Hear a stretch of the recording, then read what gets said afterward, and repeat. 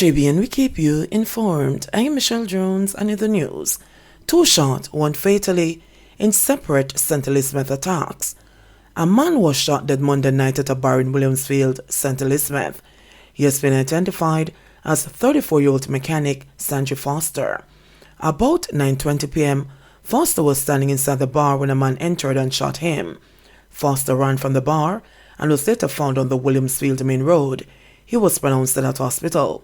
5 hours later, another man was shot and injured at a party in Vineyard District in the parish. Car robbers escape after engaging police in shootout. The police are searching for 3 men who stole a vehicle in St. Catherine and engaged them in a shootout. At about 4 o'clock Monday morning, a police team was on mobile patrol along the Guyshill Main Road in the vicinity of Berkshire Hall when they received information from the Linstead Police about a stolen Toyota Axle motor car heading into Guyshill.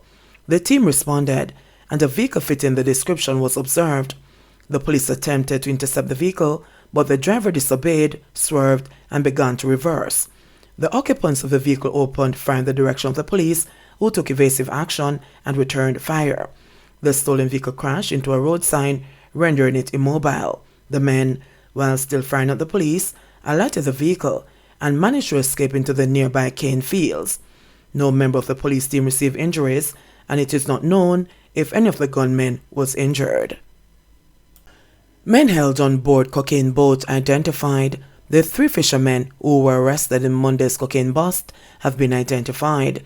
They are Omar Augustus Nugent, otherwise called Sir Lucky, of Storetown, St. Mary, and White River, St. Anne. Josie White, also known as Cat of White River, and Delroy Anthony Bremer from Florence Hall in Trelawney. It's reported that about 4 a.m. Monday, Jamaica Defence Force Coast Guard stationed in Port Morant, acting on intelligence, intercepted a white and grey go-fast boat. The vessel is suspected to have been traveling from Colombia. 90 knitted bags containing white powdery substance resembling cocaine were found on board the vessel, along with other items. The cocaine, weighing approximately 2,000 pounds, reportedly has a street value of 1.1 billion Jamaican dollars. 3 dead, several injured in Western Jamaica accidents. 3 people were killed and several others left injured in 3 motor vehicle accidents in Western Jamaica since Christmas Eve. Those killed have been identified as 41-year-old Sidio Jarrett of Friendship in Trelawney, 61-year-old Linton Watkins, a labourer of Hartford District in Westmoreland, and 52-year-old Barrington Francis, a farmer of Litchfield District in Trelawney. According to reports, about 11:40 p.m. on Sunday, Jarrett was among passengers travelling in a white Toyota Coaster bus along the Greenwood Main Road when the vehicle collided with a black Toyota Noah minivan which was travelling in the opposite direction. More than 12 people travelling in both vehicles sustained injuries and were taken to the Falmouth Hospital, where Jarrett was pronounced dead. Some of the other passengers were treated and discharged, while others were admitted in serious condition. Prior to Jarrett being killed, Francis and Watkins lost their lives in 2 other road accidents that occurred on Christmas Eve in Westmoreland and Trelawney. Francis was reportedly hit by a motor vehicle while walking along a section of Lime Tree Road in Waitabit, Trelawney, about 7:40 p.m. on Saturday. He sustained head and body injuries and was taken to the Falmouth Hospital, where he was pronounced dead. Watkins and a pillion crashed while traveling on his motorcycle along a section of the Torrington Main Road in Savamar on Saturday. Police reports indicate that about 8:30 p.m., Watkins and another man were traveling on the motorcycle. While in the process of negotiating a corner along the Torrington Main Road, he reportedly lost control of the motorcycle and it crashed into a metal signpost. Both men were thrown from the motorcycle and sustained head and body injuries. They were taken to the hospital, where Watkins was declared dead and the pillion admitted in serious but stable condition. As at December 23, 465 persons have died from 404 fatal collisions. A record 487 crash fatalities were registered in 2021. Clarendon couple charged with illegal possession of firearm. 2 people have been charged following the siege of an illegal gun and ammunition at Top Hill, Hayes, Clarendon on Saturday. 29-year-old Jodian White, a sales clerk, and 30-year-old Wayne Spencer, a construction worker, both of Top Hill District in the parish, are charged with the possession of a prohibited weapon and ammunition. Reports are that about 5 a.m., a police team conducting operations searched the home of the two. During the search, a Taurus pistol with a magazine and 12.40 cartridges were found in the home. The couple was arrested and later charged. Their court date is being arranged. 5 men in custody following gun seizure. 5 men are in custody following the seizure of a gun and several rounds of ammunition at the intersection of Spanish Town and West Roads in Kingston 12 on Monday. Reports from the Denham Town Police are that a motor vehicle with 5 men aboard was stopped at a vehicle checkpoint about 2:35 a.m. The men were ordered to exit the vehicle. According to the police, while exiting the vehicle, a Glock 9mm pistol with a magazine containing 6 9mm cartridges fell from the car. The men were subsequently taken into custody. Their identities are being withheld pending further investigations. Detectives assigned to the Denham Town Criminal Investigations Branch are continuing the probe. 15-year-old girl goes missing from Duane Park home. An Ananda alert has been activated for 15-year-old Donnie Williams, otherwise called Don Don, of Lowell Avenue, Duane Park, Kingston 20, who has been missing since Friday, December 23. She's of brown complexion and medium build. Reports from the Spanish Town Police are that about 12:30 p.m., Donnie was now seen at home wearing a black blouse, blue, white and red shorts, and a pair of red slippers. She has not been heard from since, the police said. Anyone knowing the whereabouts of Donnie Williams is being asked to contact the Spanish Town Police at 876-984-2305, the Police 119 emergency number, or the nearest police station. Kingston man charged with murder of 47-year-old bearer. A Kingston man has been charged with last month's shooting murder of 47-year-old bearer David Rowe, otherwise called Smokey Joe, in the parish. The alleged killer is Giovanni Thompson, 22, from Woodrow Street in Kingston 12. The incident happened on Septimus Street on November 30. Reports from the Denham Town Police are that about 11:10 p.m., Rowe was at home on Septimus Street when he was allegedly called out by Thompson, who other men accompanied. An argument developed, and it is alleged that Thompson pulled a gun from his waistband and opened gunfire, hitting Rowe. The police were summoned and Rowe taken to the hospital, where he was pronounced dead. Thompson was arrested in Manchester shortly after. He was charged by detectives at the Denham Town Police Station on Monday. Vendors must be treated with respect, says Mayor. Stung by criticism of municipal police who were videoed smashing vending stalls in the downtown commercial district, Kingston Mayor Delroy Williams empathized with the hawkers on Sunday and insisted that they be treated with respect.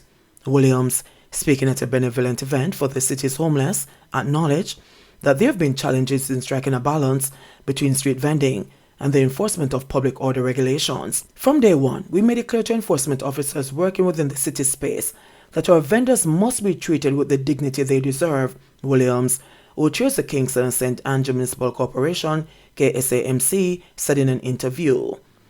Though the incident is believed to have occurred in September, it went viral in the days leading up to Christmas, a period when vendors jostled for space along Kingston's crowded streets to capitalize on a surge in commerce. That includes the Grand Market shopping frenzy on Christmas Eve, when some rules are formally waived for the short term or winked at by enforcement teams. While not disclosing details of his intervention, the mayor noted that he met with one of the affected vendors. Williams said that the matter had been resolved. We never liked these incidents, but I believe we're moving forward. It is something that we're on top of. We did not ignore it. We monitored it and will continue to provide the level of training to enforcement officers, recognizing that they have a difficult job to perform, said Williams. It is unclear whether the KSAMC has activated disciplinary action against the implicated municipal personnel or if compensation for property damage was part of the resolution. Shelley glad for a return to normality at Christmas after COVID-19. From its inception 15 years ago, 5-time World 100 meters champion Shelly-Ann Fraser-Pryce had hoped for longevity and growth in bringing Christmas cheer to our Waterhouse community with her annual Christmas treat. 15 years later, Fraser-Pryce says she is grateful for the consistency they have been able to maintain, as yesterday's annual treat held on Ashoka Road was not only about bringing Christmas cheer to our community, but a return to normality after the COVID-19 pandemic limited the activities of the Pocket Rocket Foundation's traditional Yuletide festivities for the last 2 years. Fraser-Pryce said that it made the Boxing Day festivities special for her. It definitely is a lot more special. 2 years ago we didn't have it because of COVID-19, and not being able to have it was a bummer for me because this was a joy for me, giving back and being able to spend the day with my community members. And not being able to do that was a sore point for me, Fraser-Pryce said. To be able to come back this year has just been remarkable, so I'm also very grateful for the work that the Ministry of Health has put out for us to be able to keep things under control, and to be able to have the treat and the sponsors were able to show up in a big way. The children were entertained with food, games and rides in what has become an annual tradition for the community. It is one that Fraser-Pryce is appreciative that there has been strong corporate support for. The aim is always to grow, but different things happen in other years and you find that sometimes you don't have the resources or the income to do it sometimes. But I've been blessed to have had sponsors throughout the street for the 15 years who have always showed up, and I think I owe them a lot for that, Fraser-Pryce said. For 2023, Fraser-Pryce plans to increase the level of support for student athletes, with over 1,000 being targeted through the Pocket Rocket Foundation. Since 2013, the foundation has offered scholarships to 62 student athletes. I think legacy is always about the impact and how we advance young people to see themselves. I'm excited for what we're going to be doing come January. We want to be able to help our student athletes navigate those avenues of their lives so they'll be able to have an impact themselves in their communities.